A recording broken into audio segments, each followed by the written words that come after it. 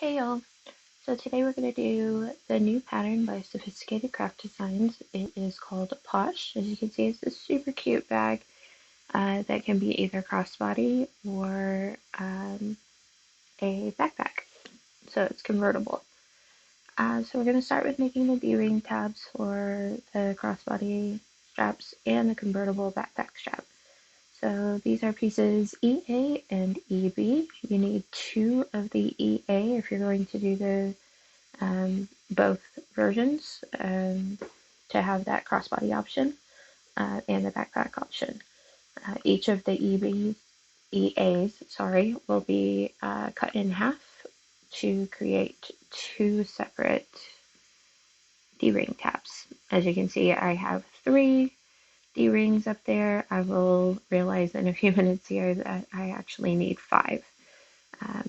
I also have the wrong size out. I need um, four of the 3¼ inch, or 3/4 inch, not 3¼ inch. I need four of the 3/4 inch and 1 1 inch for the um, backpack part. So I'm just going to top stitch here with a 1/8 inch top stitch. I did use double-sided tape to hold my pieces together. You do not have to do that if your machine can't handle the double-sided tape, but it sure is a lifesaver. Right, and like I said, these pieces here will be cut in half to make four separate tabs.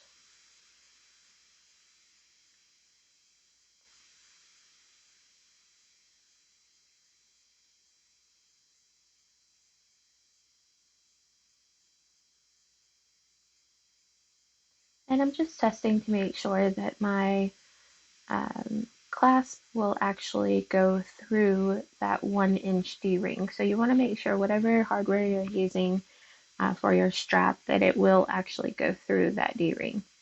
If you need to, you might have to size up a little and maybe do like a 1¼ or 1½ inch D-ring in order to make it so that your lobster clasp will actually go through. Alright, so this is the handle.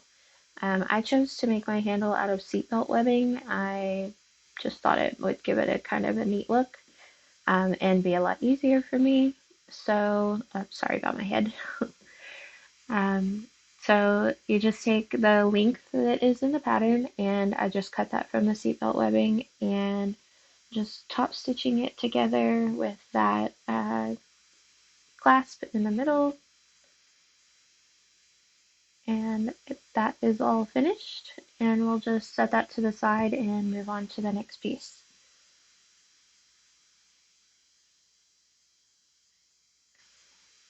Now for your front panel, there's actually a couple different options. You can either do a smooth front panel that will have no pocket, no um, accent piece, no nothing. It'll just be one solid piece. And if you do that, you would just cut piece A. I chose to do the fussy cut version. So this piece here is B. And it's a perfect way to kind of showcase a fabric that maybe you don't have a lot of or is expensive, because you can do the other sides of the bag in, just a plain vinyl or fabric or whatever, and then reserve that center portion for your, expensive or special fabric. I just put my logo on, and I did cut the piece wrong, and so you will see that in the rest of the video because I didn't see it whenever I was doing this. This piece here is technically piece A3. Um, it's supposed to be um, a mesh pocket. I really don't like working with mesh. My machine just eats it up. It doesn't like it. So I always replace the mesh in any pattern with a slip pocket. So I just took what the mesh was supposed to be. I doubled it in height, the or yeah, I guess you could call it the height.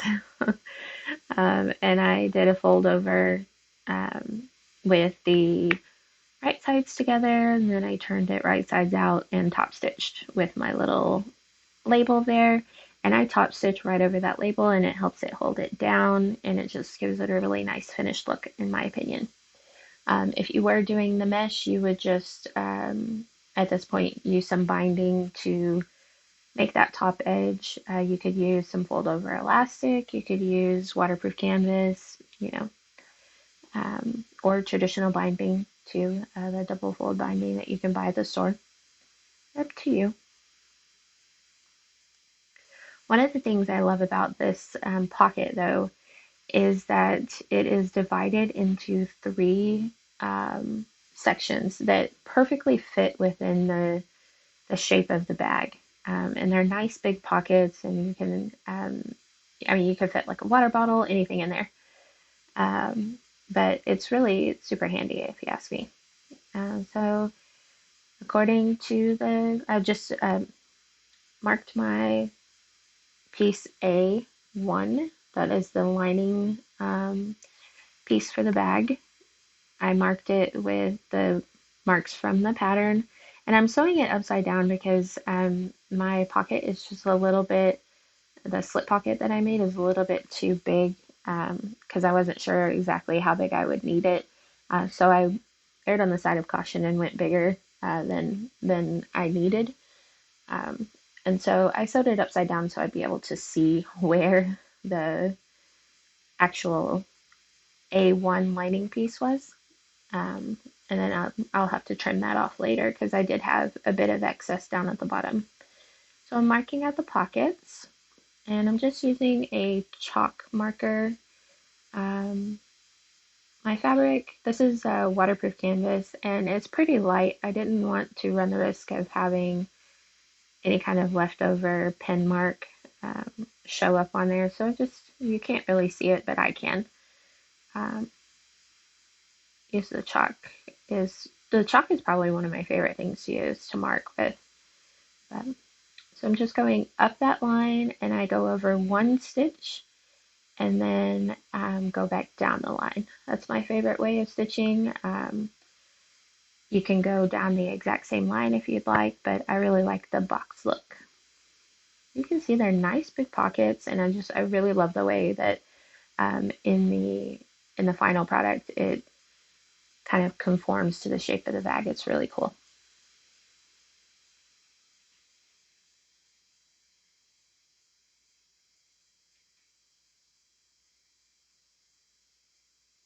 And like I said, I just needed to trim off that bottom piece because I did have a little bit of excess.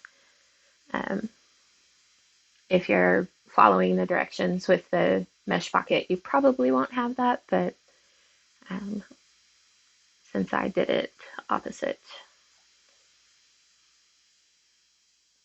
Okay, so this is the new piece A1. So A1 is your lining for your bag. So from now on, it'll be referred to as the new A1 in the pattern. All right, so this is the back panel slip pocket that we're making right now. Again, another great way to showcase a piece of fabric, especially if you have like a little small panel or you just have just a tiny bit left. It's a great way to showcase that.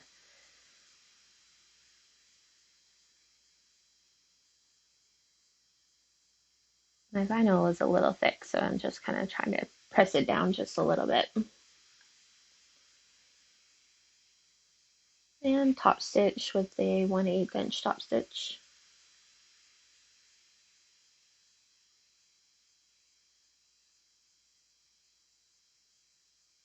And I did obviously speed this video up. If I hadn't, it would have been like 2.5, 3 hours long. So I didn't figure you guys want to sit through that, and you get the gist even if it's on sped up. All right, so this back panel here is piece C, and that is the full height. And now we're going to attach our slip pocket on there. And your pattern will show you where to put your D-ring tabs. Um, just mark those out and attach them. You want to give a little bit of an overhang, but do be mindful of how thick your seam allowance is going to be on the side when you sew this to the other pieces. Just make sure that you can keep your D-ring out of your seam. I actually sewed my D-ring into my seam. I don't know how I didn't break a needle, but um, yeah, that was fun whenever I realized I had gone right over my D-ring and had to unpick that and redo it.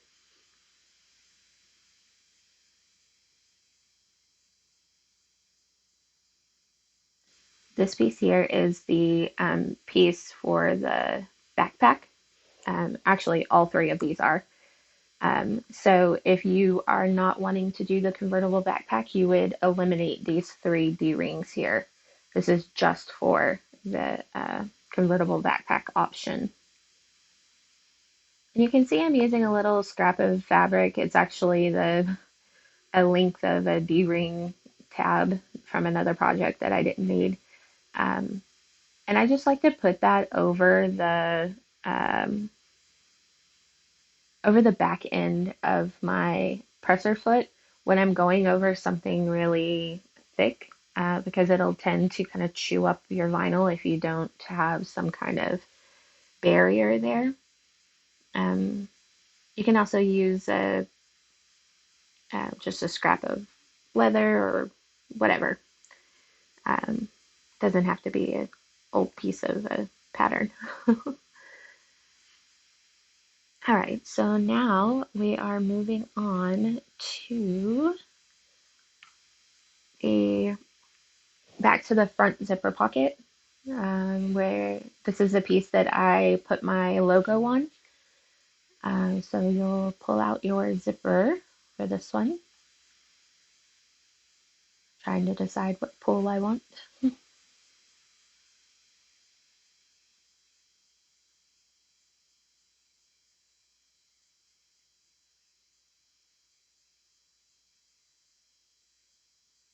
I always cut my zipper longer than is needed because that way I can pull it all the way to the end and kind of get it out of the way.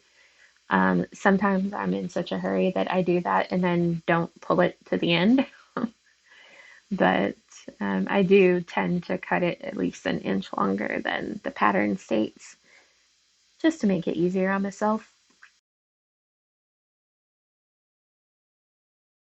Okay, so here I'm showing you how to do it with the double-sided tape. Again, I love double-sided tape. It is a lifesaver. I know all machines can't handle it, but mine can, and I do prefer it. So, so you'll take your piece B, and you want to install your zipper upside down with the pull going to the left.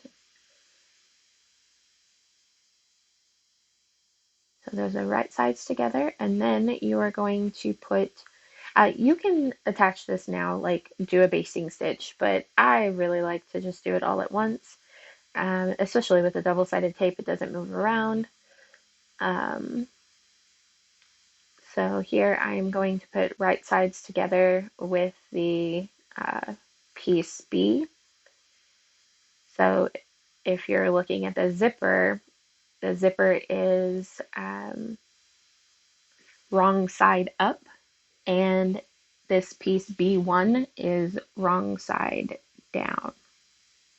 No, I'm sorry, wrong side up. They're both wrong side up.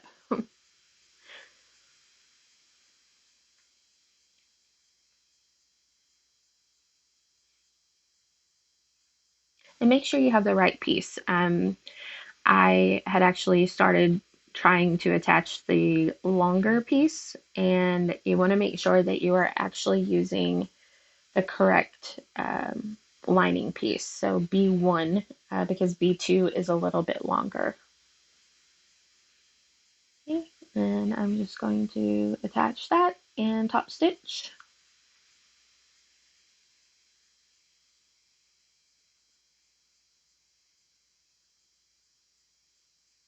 trying to get that excess tape off of there. It's super sticky.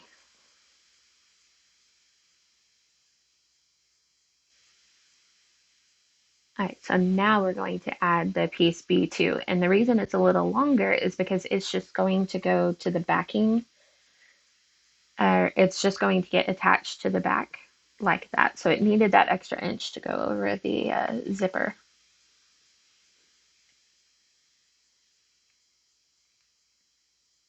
And then you're going to top stitch all the way around, or baste all the way around. Um, and you can probably notice that I just left my zipper out. So we'll pick that out, move the zipper in, and sew that back up.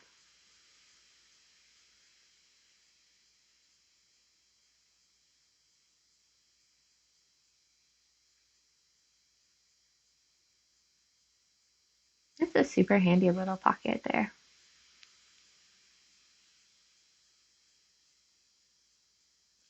All right, so now we're taking pieces BB, and these are the side panels, the accent panels. So I chose to do this in just kind of a vinyl that matched my accent panel, or my special panel in the center. So I just did kind of a red, and you can see I messed up again.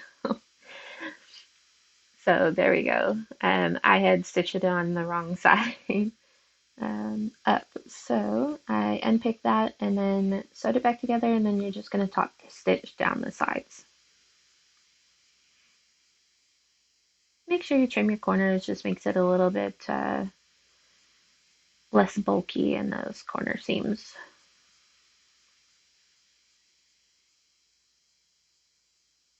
All right, so basically this piece right here should be the same size as piece A now. And if you chose not to do the fussy cut panel, you would just have piece A here.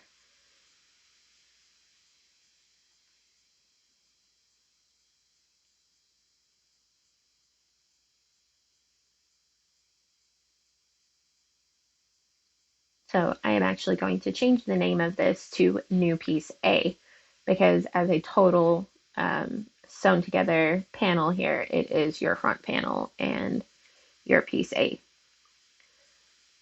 Okay, so now I have the long zipper, and I'm going to put 2 pulls on it. You don't have to. The pattern does suggest 2 pulls. I think it looks neater and it's easier to open because it does zip almost all the way around.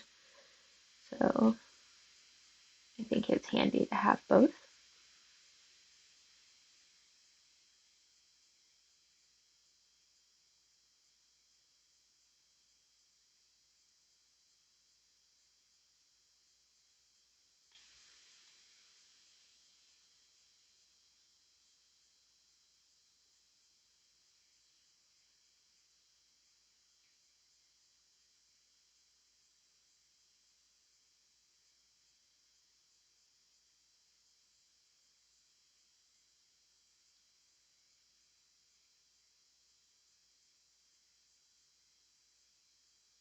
All right, so we're just attaching the zipper now. And this one I decided to just clip, just to show that you can do it easily by clipping. You don't have to use the double-sided tape.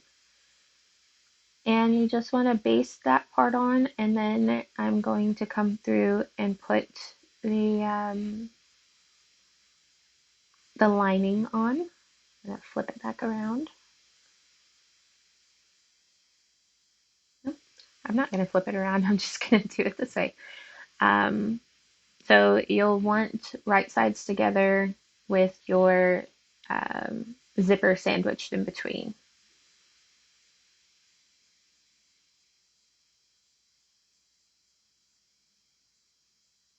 And just take your time with this lining this up, because it is kind of important to have it close. Um, I did kind of a bad job top stitching on this one, but This is my very first time making this pattern. And I left my mistakes in so that you could see that, you know, um, everybody makes mistakes. No matter how long you've been sewing, how many times you've done a pattern, you're still going to mess up every once in a while. So I would rather leave my mistakes in and show you how I fix them, and how you shouldn't get like flustered over your mistakes. Yeah, they happen, and it's unfortunate. And sometimes you have to cut a whole new piece or something. But it happens. Just take a break and come back in a little bit later with some fresh eyes and just get back to it. Okay, so here you want to top stitch. And in the pattern, she suggests to skip over the zippered part here. So I'm going to only be top stitching over those burgundy areas. So I'll pull it out um, and make sure you're adjusting your lining so that it's nice and straight underneath. And that's kind of where I messed up a little on my top stitching, but it's okay. It still looks really good.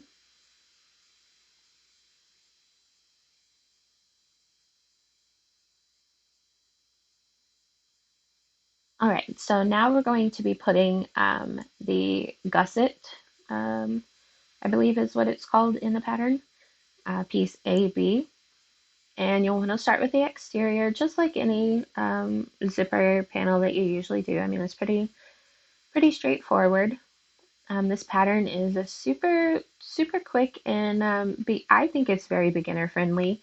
Um, there are some more difficult areas of it, like the top stitching that'll come up here in just a minute. But overall, I think that if you're adventurous, you can definitely do this bag successfully. The bobbin got me. Actually, I think it got me twice on this bag. Okay, so now we have our whole top panel there. And this is the back panel, piece C, where we put the slip pocket. And so we're just doing right sides together.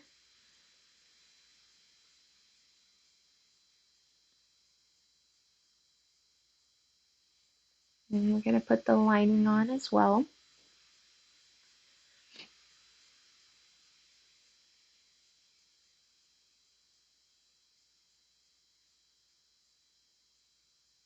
Just lay that right side down on top of your other lining and do your top stitch. Or, I'm sorry, your joining stitch. And then we're going to top stitch.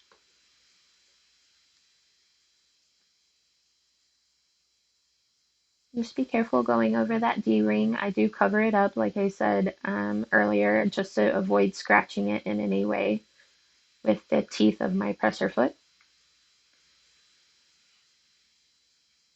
It also kind of helps level it out a little bit when you do that. You see we have a really nice seam there. So now we are going to put, I'm sorry this is off screen a little bit, but we're going to put the edges together to complete the circle. We are not attaching the lining right now. So you're just doing the outside piece to of piece C to the piece A.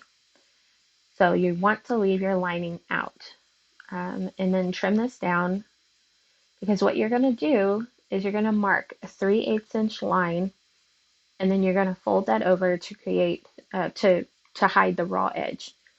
And this is where it's really important to use double-sided tape. I guess you could probably glue it too if your machine really hates double-sided tape, but um, it's so much easier to use the double-sided tape here. So fold it over to that line.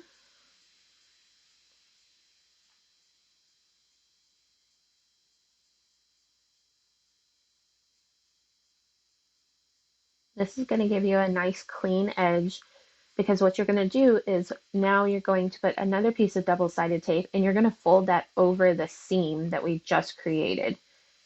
and that's going to hide the seam so that you don't have to add binding. If this isn't your jam, if you find this way too difficult to line up, because it is like a bit harder of a top stitch here, to make sure that it's lined up correctly. And I actually don't line mine up correctly and have to do a second top stitch.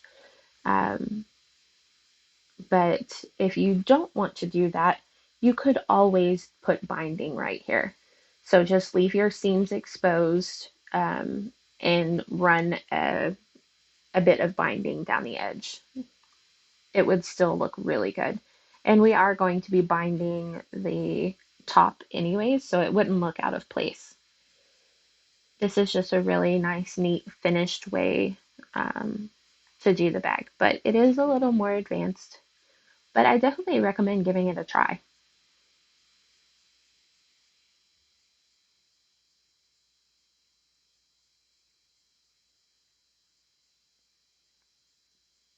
All right, and so I pin it up. It just makes it a little easier, in my opinion, to have it all pinned up. And then you're going to sew on the top of the bag, but with the lining exposed. So it's kind of difficult. You're going to be sewing through a circle. So it's just a lot of adjusting and moving and adjusting and moving, but it does help if you unzip your zipper there and put it through under the presser foot first. Um, and then that way you can just kind of keep working it down. And so, like I said, I did add a second row of stitching, because I didn't catch all of my lining in the first one. So I just went across the bottom and actually came up the other side to add a second matching stitch to the back so that they matched. All right, so now we're going to work on the lid, or the top part, flap maybe. So the inside of the flap actually has a little clear zippered pocket, and it's so cute. Um, Make sure that whenever you are attaching this, that you pay attention to where your zipper is going to be whenever it is open, because I installed mine upside down. So we're just taking the flap lining and we're going to just baste that zipper pocket around. And then trim up the edges, because the pattern piece for the zippers isn't curved, so you just gotta trim the edges off. So here, um, I have my top flap, and where I'm lining my pattern for my top flap right side up, um, I would want my zipper to be opposite of that. So you would want your zipper to be upside down in relation to the pattern that you're using, and that'll make more sense in a minute. So we're just attaching the handle with the little hook on it. So this is the piece that would allow you to attach it to a stroller or whatever. And then the two D-rings that I'm adding here are for the crossbody option. It's also what you hook your small little detachable strap to. And as I said in the beginning, you could make this completely detachable by just adding your two D-rings there and adding a strap that has two clips on it, two little lobster clips. Um, if you wanted to do that, it was also a good tip. Someone in the tester group, and I'm sorry, I can't remember who it was, but um, they actually did that because their machine couldn't handle the thickness right there. So that's an option as well, to kind of reduce the thickness. So, all right, so I have my top.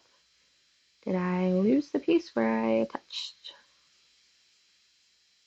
I guess I did. So here's the bottom.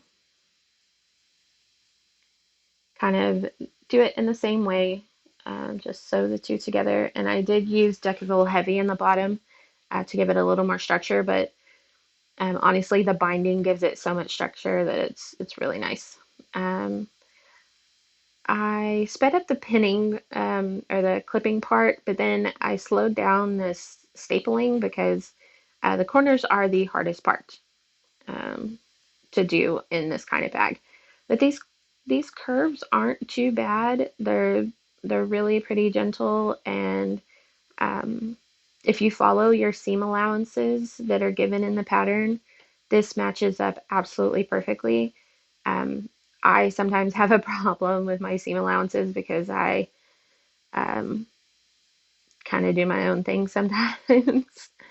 um, and I have the seam guide tape, and I did just remove it just before this pattern. And I thought, oh well, I'll print out some new and put it on as soon as I'm done with this. And I probably should have uh, went ahead and did that before this pattern because otherwise I just kind of go with what looks right. Sometimes it gets me in trouble.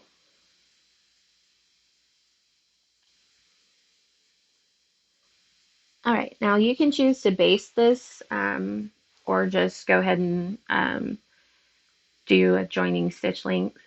I'm sorry, it's kind of hard to maneuver this and get it in video or on the screen, but I'm just going really slow. This is sped up quite a bit, so I'm just going really slow around the corners especially, and I do a couple stitches, I stop and reposition with my needle down, reposition the bag, and then do a couple more stitches, and then stop with the needle down and reposition.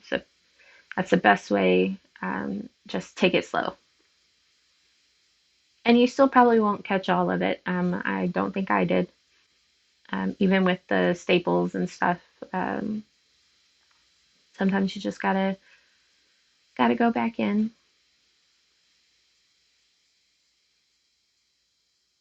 I do stick my hand inside. Um, I feel like it helps me kind of feel if I'm creasing anything anywhere, if I'm gonna have any folds. Um, so yeah, I did miss a little spot there. All right, so I like to do my binding as I go because I really don't like binding. I'm not very good at it. Um, I'm practicing and I do get better the more and more I do it, but um, I just sometimes I feel like I'm pretty crap at it. And it really would benefit you to switch to a matching thread here instead of doing a black thread like I am doing. But yeah, it would be a lot less noticeable if you switched to a closer colored thread. Even just a white or something would have been better, but um, this bag is for me, so I don't care. So I like to use double-sided tape on my binding, and this binding is just 1 inch wide waterproof canvas, which is exactly what um, the whole lining is, this waterproof canvas.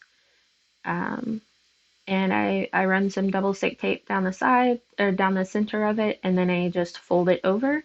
You don't have to worry about the edges coming undone because it's waterproof canvas. I like to take a lighter to it after it is on and attached, and I just run the lighter on the edges just to get any kind of little leftover frays and kind of clean it up a little bit.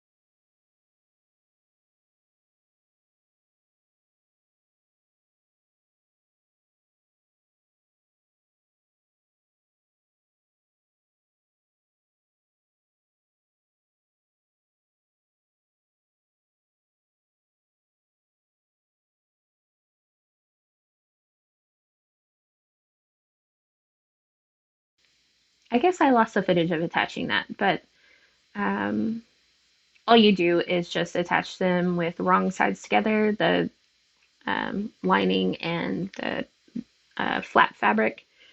But like I said, just kind of pay attention to the direction of your little zipper pocket because I did install mine upside down.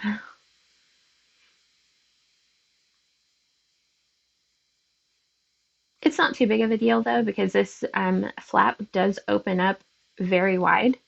So you could just fold it over and then unzip it. But it would look much better if it was going the correct way. All right, so um, I'm just pulling out my staples now. And that little bowl is so handy. It's actually my husband got it for me at a computer store. I think it's meant for like screws or something, but it's magnetic. So the staples just go right in there and I can sweep them out into the trash can when I'm done. So kind of rinse and repeat on the binding. It's the exact same um, size and shape. So just go slow. We're almost there.